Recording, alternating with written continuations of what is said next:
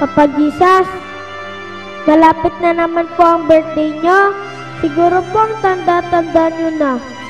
Papa Jesus, salamat po ha, kasi lagi nyo kaming binabantayan. Si Mami, si Daddy, saka mga kapatid ko. Saka salamat din po sa mga kaibigan ko sa Southwest 2. Yun nga po ang favorite day ko eh. Kapag pupunta ng church, dami ko kasing kaibigan doon. Tsaka laging madaming pagkain.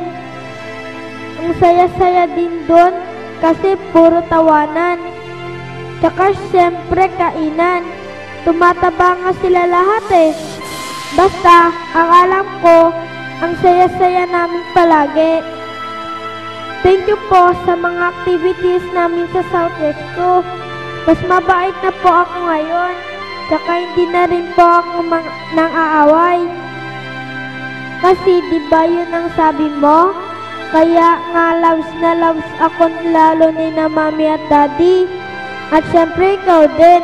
Kasi gusto ko kayo i-please. Lalo na po kapag nakikita ko sila Mami at Daddy. Sila Tito at Tita na lagi silang nagmi-meeting hanggang midnight. Kahit wala naman silang sweldo doon.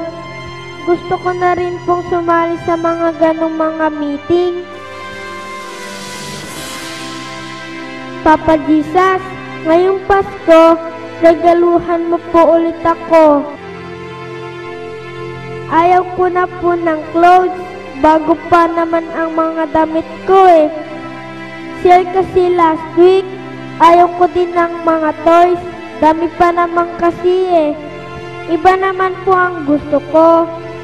Papa Jesus, ang gusto ko, maging pareho tayo ng heart, kagaya ni Daddy at ni Mami, kagaya ng mga tito at tita ko sa Southwest 2. Gusto ko po, maging katulad nila.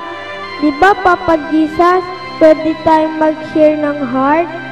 Hindi ko naman po alam kung paano, pero kasi yung mga tao sa church, parang nag-share sila ng heart. Nakakatawa no? Share ng puso. Pero dahil loves nyo naman po ako, pwede po ba pa-share sa heart nyo? Papa Jesus, paano po ba ako mag-share ng heart ngayong Christmas? Paano po? Hindi ko po alam. Papa Jesus, siya nga po pala. Ano po ba ang ibig sabihin ng X?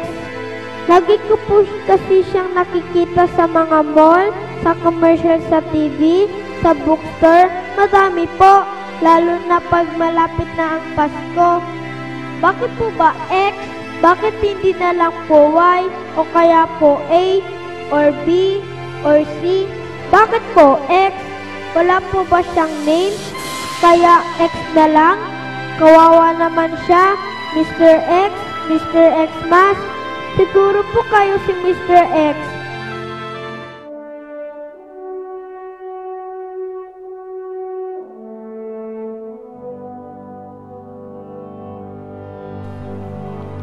Anak, natutuwa naman ako at binigyan mo ako ng time para kausapin. Hindi pa ako matanda, magkasing edad lang tayo ng heart. Ngayong Pasko, ibibigay ko sa iyong hiling mo. Ang heart na gusto mo, ang heart ko, isi-share ko sa iyo. Maraming salamat din sa pag-greet mo. Pero, hindi masyadong mahalaga sa akin yun. Ang mas mahalaga sa akin, i-share mo rin ang heart na i-share ko sa iyo ngayong Pasko. I-share mo ito sa mga kaibigan mo. Sabihin mo, galing sa tunay na Mr. X. Anak, tama ka. Ang Pasko na malimit na sineselebrate ng mga tao ngayon ay Xmas lang. Kasi inaalis nila ako sa puso nila. Ang madalas nilang binibida yung mga bago nilang damit, sapatos, laruan, masarap na pagkain, yung parol, yung Christmas tree. Mas bida pa nga si Santa Claus kaysa sa akin. Ngayong Pasko, i-share mo ko sa kanila.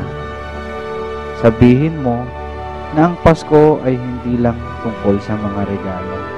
Tungkol ito sa heart na i-share ko sa iyo na dapat din nilang i-share sa iba. Nakalimutan din nila na ako din ang nagbuhat ng malaking X para sa kaligtasan ng lahat. Kaya lang, isinasantabi nila ako kapag Pasko. Itinatago nila ako.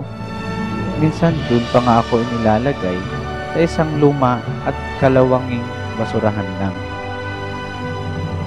Sa mga nagdaang Pasko at sa mga darating pa, lagi akong nagpapaalala at magpapaalala ng pagmamahal, ng pangunawa, ng pagpapatawad, at ng pagpapakumbaba. Dahil yan ang heart ko at yan ang gusto ko. I-share mo sa iba para malaman nila na ang Pasko ay ako, si Kristo, ang ginawa nilang X. Maghihintay ako na sana simula ngayon, ako na ang maging laman ng heart nyo.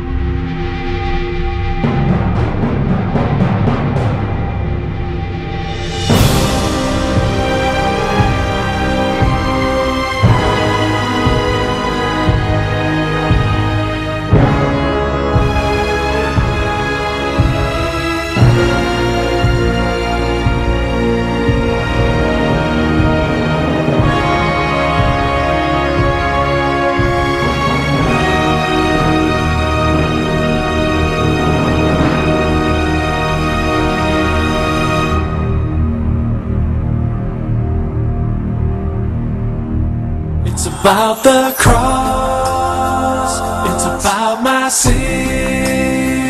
It's about how Jesus came to be born once so that we could be born again. It's about the stone that was rolled away. It's about the cross, it's about my sin. It's about how Jesus came to be born once so that we could be born again. It's about God's love nailed to a tree. It's about every drop of blood that flowed from Him when it should have been me. It's about the stone that was rolled away so that you and I could have real life someday. So that you and I could have real life someday.